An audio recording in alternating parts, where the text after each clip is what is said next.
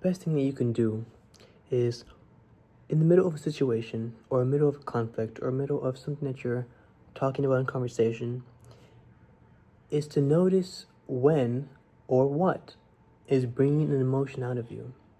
Because when you start to make decisions, whether it's small or whether it's big, when you make a decision based off emotion,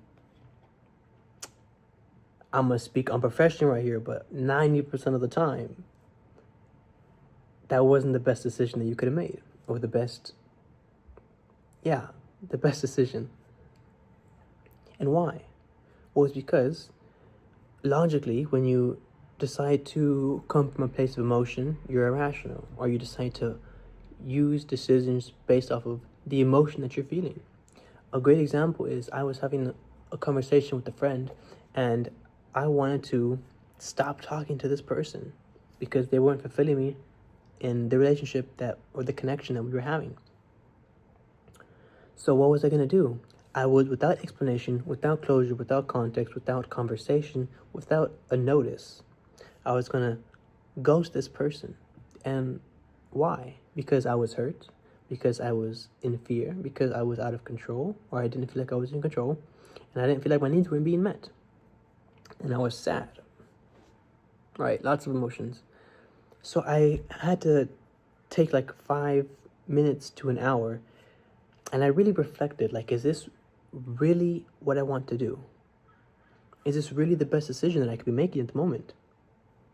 And even though the outcome remained the same, my decision that led up to the outcome was different, because I decided to pause, take a moment to reflect on my emotion, and to reflect on this decision that I'm making based off of my emotion. Why am I stuttering a bit? What am I, in fear? Yo, I got that PTSD from that last person that talked. But yeah, so instead of me ghosting this person, instead of me cutting this person off without context or any conversation or communication to try to resolve the feelings that I was feeling because of my needs being unmet inside the relationship, I decided to communicate it, talk to the person, and say, hey, this and this and this is the reason why I didn't, or I don't feel like my needs are being met in the relationship. I don't feel fulfilled in the friendship that we're trying to create, deepen. And, we went through a little bit of communication, and at the end of the day, my decision was still the same. I did decide to cut this person off because of the unaccountability, because of the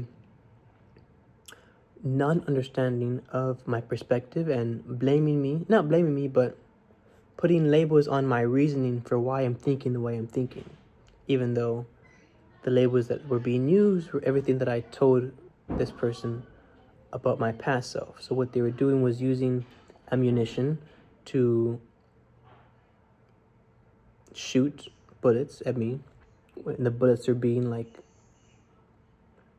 reasonings, or not reasonings, details about myself that would make me doubt my decisions and the reason why I'm feeling the way I am. So I was like, no, that's not how it's going to be. Thank you so much for this relationship, for everything that you have created with me. I wish you the very best, and goodbye. So that takes wisdom, that takes understanding, that takes the understanding of perspective of how someone is using the information that you gave them onto you. Oh my gosh, I just forgot the subject of this video.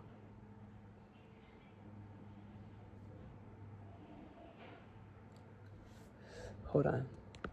So when you decide to make a decision based off on an emotion, it only helps you. It only helps you succeed. It only helps you grow. It only changes the way you act. Because if you act off emotion, you're probably going to do things that you regret. That's just how it is. And let's say you're in a workplace. I used to be very passive aggressive. I used to be very angry because I brought it up off my emotion, but that's a separate video. But the reason why I was doing that was based off of me feeling like I wasn't appreciated at the workplace. So I would take it out on inanimate objects while I was working. Or I would slam things, or I would stomp or something to express, hey, I'm angry because of this. But instead, I could have taken a totally different route of my decisions. Of instead of expressing my anger, I could have expressed my vulnerability towards the emotion of anger, which would be like, I don't feel like it's fair that I'm doing all this work and that I'm being unrecognized in the workplace. Talking to my boss, talking to someone who has power that could understand my perspective and try to make some changes in the workplace.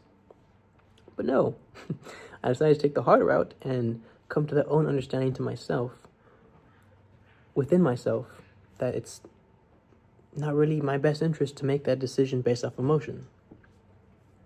Another way could be like, let's say the beans, the famous beans. I burned the beans. Oh no, I burnt the beans. So what am I going to do? I'm going to get angry and throw the pot and throw the beans away. Well, yes, but that would be irrational. Or it'd be unnecessary steps to achieve the same exact thing that I would do if I didn't express my emotion based off the decision, or the decision based off the emotion, I could have instead not let my anger, for that example, get the best of me, or take control, or affect my decision, and just toss the beans away, wash the pot, put some more beans on the stove, start over. Or I could have done the exact same thing, which is let my emotions make my decisions, I just said the word. Why do I keep forgetting the words? Affect my decisions. And I could have slammed some stuff. I could have turned on the water really aggressively, thrown the beans, start slamming and banging the pot on the trash can or something, and then slam it back onto the table or the stove, light it up, get all angry and walk away. There's no reason for that. It's only immature. But it is also excessive energy or excessive movements, excessive decisions that all were based off of emotion. And it's not needed. You don't need to do that. And in fact, it actually is self-sabotaging yourself, because let's say because of the anger that you decided to use as your decision, let's say I burnt the beans again because I was so angry and I was just doing everything in a rush and aggressively. Well, then I gotta make the beans again, and I'm gonna get even more angry, right? And make more decisions based off my anger, which isn't good. So it's always good to have a clear head and be able to separate the situation from the emotion. Let's say another one, like my partner doesn't understand my perspective and understand that I'm not being met in the situation of a specific thing that we're doing. Let's say the person is emotionally avoidant and I'm frustrated because of the fact that they're emotionally avoidant. I feel like I can't express my feelings or my thoughts about anything because they're just going to run away from it, or they're not going to want to be there for me when I need them to be there for me. And that's just a fact.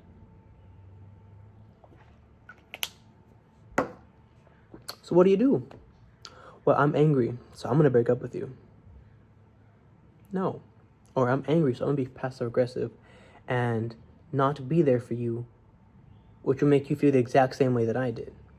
Hurt people. And that's not good either.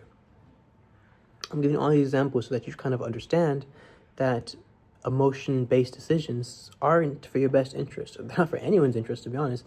They're just helping you express the words that you cannot say. Let's say someone says, "Oh my gosh, you're so ugly." Well, how are you going to feel? You're going to feel hurt. You're going to feel vulnerable. You're going to feel sad. You might even feel angry. You'll probably feel embarrassed or some other reasons and emotions. And why? Because you were hurt or someone said something to you, which was that to affect the way you think about yourself or the environment, or maybe you're more hyper aware of the situation and environment of how this person just made you feel in front of everybody. Now you're going to fight them. No, that's not how it works. When you decide to take the emotion outside of what triggered it and make the decision based off of that, no matter how long it takes for you to come to your decision without the emotion, you make the best possible decision. You make the best possible decision that is for your best interest and for the interest of others. And that comes with empathy, and it comes with being able to understand, your own emotions and when they are brought up and when you feel them. Because not everyone is just so hyper aware of like, oh, I'm feeling sad right now. I'm feeling disgusted right now. I'm feeling frustrated, not angry, frustrated right now. I feel upset. It took me, I would say, all my life, because I was so afraid, or I was so, I don't want to say disassociated, but I guess you could use that word, disassociated from the word of upset, from the definition. I thought upset meant angry or upset, right? Angry, upset. That's what I thought it meant. And then I had to look it up because the person that I was talking to kept saying, are you upset right now? And I would feel triggered so many times. And I'd be like, I'm not upset. I'm not this. I'm not that. Ba-da-da-da. Making decisions of how I speak to the person based off my emotion and based off my triggers. So I looked up the word myself. You know what? I'm going to look up the word so that there's no confusion and I can prove this person wrong of why I'm not upset. And upset was just, I don't remember the exact definition, but it was just when you don't feel okay or something is wrong. It's not really attached to a specific emotion. It's just emotions in general when you're not regulated properly. And I had to tell my partner or the person I was talking to, like, hey, I'm very sorry. I kept getting upset because you kept labeling me as something that I thought that I wasn't, but apparently I really was. And I'm going to reevaluate how I perceive the word upset and change my decisions based off of that. And I started being more comfortable with the word upset. And that helped me a lot when expressing my emotions because, it resolved my decisions based off of my emotion. Because if someone were to tell me now, hey, are you upset right now? I'm not going to use anger or use any other emotion to make my decision for me or based off my emotion in order to affect the way that I speak to this person or the way I express to this person. When you are able to regulate your emotions and come to an understanding of how your emotions play a part in your decision making, you're able to understand that you are the reason these emotions come up. I don't know exactly where I heard it from, but everyone says it all the time, at least the content that I ingest. If there is something that's triggering you, or there's a button that's being pressed in order for you to feel triggered, there's a button that says trigger you on it. Someone presses that button which says triggering. Well, the only reason that is triggering for you is because there's a button to press. There's a button to something to trigger you to be that way. There's a certain emotion is attached to a mindset which affects your decisions, and that's okay. But you need to help yourself understand, where is that coming from? Why do I feel this way? Is there a reason why I get angry whenever someone tries to ask me if they need help? Is there a reason why that I can't ask for help, or why I get angry because someone says, are you okay? Do you got this? Like, yes, I got this.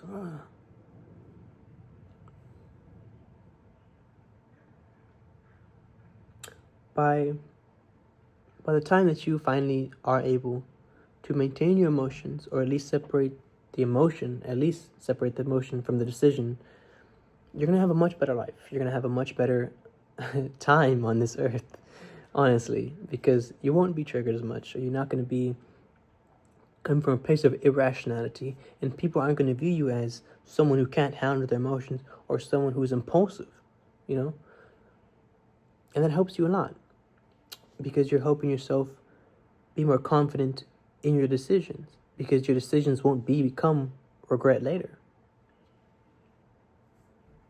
Thank you so much for being here.